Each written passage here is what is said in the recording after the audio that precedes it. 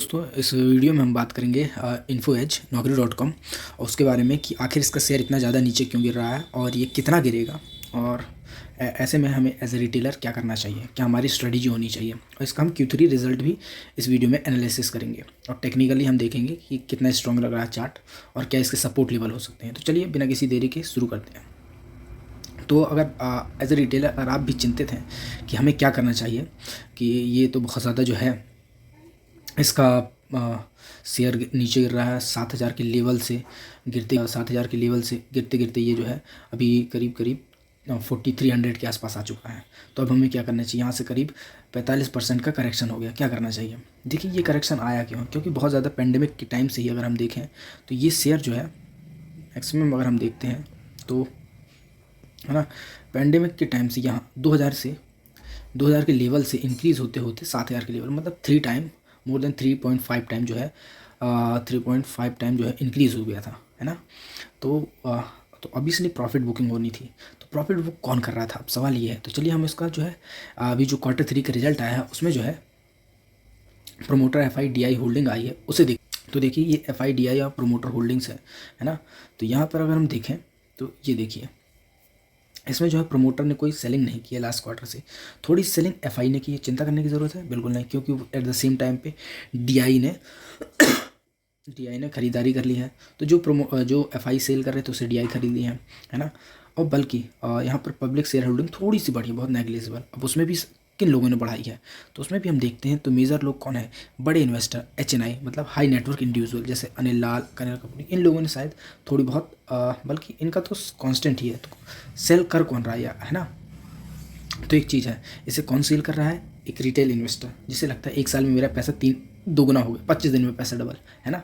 वैसा जो फीलिंग ले रहे हैं और जिन्हें लग रहा है हम बहुत समझदार हो गए, वो लोगों ने इसमें बुकिंग की है। बाकी जो है बड़े निवेशक जिसे हम कहते हैं FIDI प्रोमोटर, वो लोगों ने बिल्कुल स्टेक लगभग नहीं सेल किया है ना।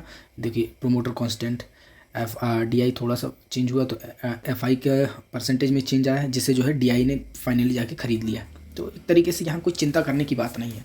बस ये है कि अगर आपने हाई लेवल पे ख़रीदा, अब 6500 पे ख़रीदा, अब 4,300 पे आ गया तो एक लॉस ज़्यादा दिखता है। लेकिन आप अगर लॉन्ग टर्म इन्वेस्टर हैं तो चिंता नहीं करनी चाहिए। क्यों नहीं करनी चाहिए, मैं उसका भी आपको रीज़न बताता हूँ। यहाँ पर देखिए कंपनी के हम बैलेंस शीट पे चलते हैं। रिज़र्व देखिए, रिज़र्व कंटिन्यूसली जो है यहाँ से इंक्रीज़ होते होते 19,000 पे आ चुके हैं, जो 400 पे था वो। और अगर हम एकदम इनिशियल लेवल से देखें तो कंपनी जो है 2010 से बिगनिंग से है, और जब 300 करोड़ था वहाँ से इंक्रीज़ होते होते जो है अभी जो है कितना आ चुका, 19,000 करोड़ इनके पास कैपिटल है। मतलब अगर हम कहें तो करीब करीब जो है 30 टाइम्स जो है इनका अप्रॉक्स 30 टाइम जो है रिज़र्व इंक्रीज हो गया है। लेकिन बोरोइंग क्या है, नेग्लिजिबल बोरोइंग है, कोई टेंशन की बात नहीं। कंपनी के पास इतना रिजर्व है। और चूँकि हम जानते हैं इन्फो एज एक इकोसिस्टम बिल्ड कर रहा है स्टार्टअप का, और वो बहुत सारे स्टार्टअप में इन्वेस्ट कर रहा है। और ये जो इतना सडन सर्ज भी हुआ है रिजर्व में, वो स्टार्टअप से आए हुए मनी के कारण ही सर्ज हुआ है। अब हम कंपनी के नेट प्रॉफिट की बात करते हैं। नेट प्रॉफिट देखिए, जो 2010 में 52 करोड़ था सिर्फ, है ना, वो इंक्रीज़ करते करते 2018 में ही 512 करोड़ हो चुका था, है ना। अब ये मतलब 10 गुना हो चुका है सिर्फ 8 साल में प्रॉफिट। अगर हम इस बार का प्रॉफिट देखें तो ये 2020 में 1400 करोड़ मतलब 20 टाइम्स, और यहाँ जो है 2000 करोड़। तो ये जो है यहाँ से भी मतलब ओवरऑल अगर हम देखें 10 साल में तो करीब जो है 20, और यहाँ पर भी डबल कर दें मतलब 40 टाइम्स करीब, मतलब अप्रॉक्स हम ले रहे हैं तो 40 टाइम्स जो है इंक्रीज हो चुका है। और ये सब एक्सेप्शनल गेन क्यों हो रहे हैं, क्योंकि जो है अभी हमने बात की, इन्फो एज एक स्टार्टअप बिल्डिंग प्लेटफॉर्म बन चुका है। कई स्टार्टअप जैसे जोमेटो में इनका स्टेक था, पॉलिसी बाज़ार में है, शिक्षा.com में है, जीवनसाथी.com में है। तो ऐसे बहुत सारे स्टार्टअप में इनका इन्वेस्टमेंट है, वो रियलाइज़ हो रहे हैं वो गेन। और इसी के कारण जो है देखिए यहाँ पर Naukri.com, 99 एकड़, रियल एस्टेट, जीवन साथी, और है ना, और एक तो शिक्षा.com। तो ये सब जो है मेजर इन्वेस्टिंग वाले इनके जो है एसेट हैं। टेक्निकली हम देख लेते हैं ये स्टॉक टेक्निकली क्या कहता है ना। तो यहाँ से हम देखें इतना भयंकर फॉल हुआ है, ये वीकली चार्ट हम देख रहे हैं। अब ये अपने सपोर्ट लेवल पे आ चुका है, जो पहला सपोर्ट है 4400 के आसपास ही है। तो यहाँ पर भी हम देखें, ज़रा हम इसे जूम कर लें तो यहाँ पर देखिए, यहाँ पर आने के बाद जो है स्टॉक ने थोड़ा सा रिबाउंड किया है, मतलब नीचे बाइंग आ गई है, क्योंकि ये सपोर्ट जोन के पास जो ट्रेड कर रहा है। और मुझे लगता है कि इससे ज़्यादा नीचे ये नहीं जाने वाला।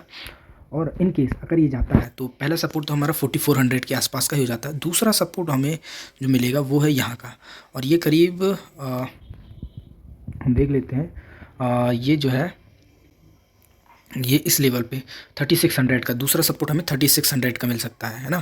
तो पहला सपोर्ट 4400 का, दूसरा 3600 का। और मुझे नहीं लगता कि ये, क्योंकि 3 बार यहाँ पर आके ऑलरेडी जो है स्टॉक ने सपोर्ट लिया है, तो अगेन ये यहाँ सपोर्ट ले सकता है। तो ये और कहाँ तक गिर सकता है, यहाँ तक ऑलरेडी बॉटम आउट हो चुका है एक तरीके से हम कहें, क्योंकि इसमें मेजर जो इन्वेस्टर हैं वो सेल नहीं कर रहे। ये रिटेलर ने अपना प्रॉफिट बुकिंग किया है, इसी कारण से ये कंटिन्यूसली फॉल ट्रेंड में रहा। तो चलिए अब हम इसका जो Q3 का रिजल्ट भी देख लेते हैं एक बार। हाँ, तो चलिए इन्फो एज का जो हम लोगों ने रिज़ल्ट खोल लिया है, और इसमें हम एक चीज़ देखें, ये इन्फो एज, और यहाँ पर हमें जो रेवेन्यू हुआ है वो 31 दिसंबर 2021 और ये है 31 दिसंबर 2020। तो यहाँ पर हमें जो जंप देखने को मिल रहा है वो करीब 45% का जंप हमें रेवेन्यू में इंक्रीज़ होते देखने मिल रहा है ना। तो ये बहुत एक्सेप्शनल 45% का गेन इन अ ईयर, ये बहुत मतलब माइंड ब्लोइंग और एक्सीलेंट जॉब है अगेन। और इस बार जो कुछ एक्सेप्शनल गेन भी हुआ है जोमेटो और पॉलिसी बाज़ार के लिस्ट होने के कारण, तो वो करीब 24,000 करोड़ का है। तो टोटल अगर हम देखें तो ये 24,000 देन तो सब मिला के करीब जो है कंपनी का 49,000 मिलियन का जो प्रॉफिट होता है, जो लास्ट ईयर में सिर्फ 7,000 का था, 7,000 मिलियन का, है ना। तो एक्सेप्शनल गेन हमें इसे अवॉइड करना चाहिए रिजल्ट देखते समय, हमें रेवेन्यू को फोकस रहना चाहिए। रेवेन्यू जो है इस बार 45% की दर से इंक्रीज़ हुआ और 5300 मिलियन हुआ है 3100 मिलियन से। तो नेक्स्ट चीज़ जो हम फोकस कर रहे हैं वो ये है कि यहाँ पर जो कंपनी को गेन हुआ है वो एक तो Naukri.com जो कि वो, और दूसरा है जो रियल एस्टेट 99 एकड़ वाला है, तो उससे करीब 10% का गेन होता है कंपनी को। और है ना, दूसरा जो है जो Naukri.com उससे करीब 85% इनको गेन होता है। तो ये दो सेगमेंटल अगर हम रेवेन्यू देखें तो ये चीज़ हम पाएंगे कि इनको मेन जो है अगेन गेन इनको होता है, इनका मेन रेवेन्यू आता है Naukri.com से ही। और इस बार तो बल्कि IT सेक्टर में बहुत ज़्यादा रीशफलिंग हो रही है, तो डेफिनेटली थोड़ा गेन तो इसमें होना ही था। तो ये देखिए Naukri.com जो रिक्रूटमेंट सॉल्यूशन है उसमें जो है इस बार 80% का एक तरीके से जंप है। अगर एक्सक्लूड कर दें कुछ एक्वायर्ड बिजनेस को तो करीब 85% से ज़्यादा का जो है इंक्रीज़ इन रेवेन्यू है। जो इसके अदर बिजनेस हैं जैसे 99 एकड़ और Shiksha.com उसमें जो है 51% का, और 99 के 17% का गेन है। तो इस प्रकार से हमने सेगमेंटल भी देखा और ओवरऑल रेवेन्यू ग्रोथ देखा, और नेट प्रॉफिट हम इसलिए नहीं देख रहे हैं क्योंकि एक्सेप्शनल गेन हुआ है। तो इस तरीके से हम देखते हैं कंपनी वेल पॉइज्ड है। मेनली जो है रेवेन्यू जो है Naukri.com से आ रहा है, यही थोड़ा सा चिंता की वजह है। बट जैसे हम देख रहे हैं इनका जो स्टार्टअप जो है जब लिस्ट होता है या स्टार्टअप से रेवेन्यू रिलीज़ हो रहा है इस तरीके से, तो बहुत ज़्यादा एक्सेप्शनल गेन होते हैं, और इसलिए इनका जो बैलेंस शीट भी बहुत ज़्यादा भारी हो चुका है एक तरीके से, है ना। तो ये रहा हमारे एक शॉर्ट एनालिसिस Naukri.com पे, और ऐसे एनालिसिस देखने हमारे चैनल को सब्सक्राइब कीजिए।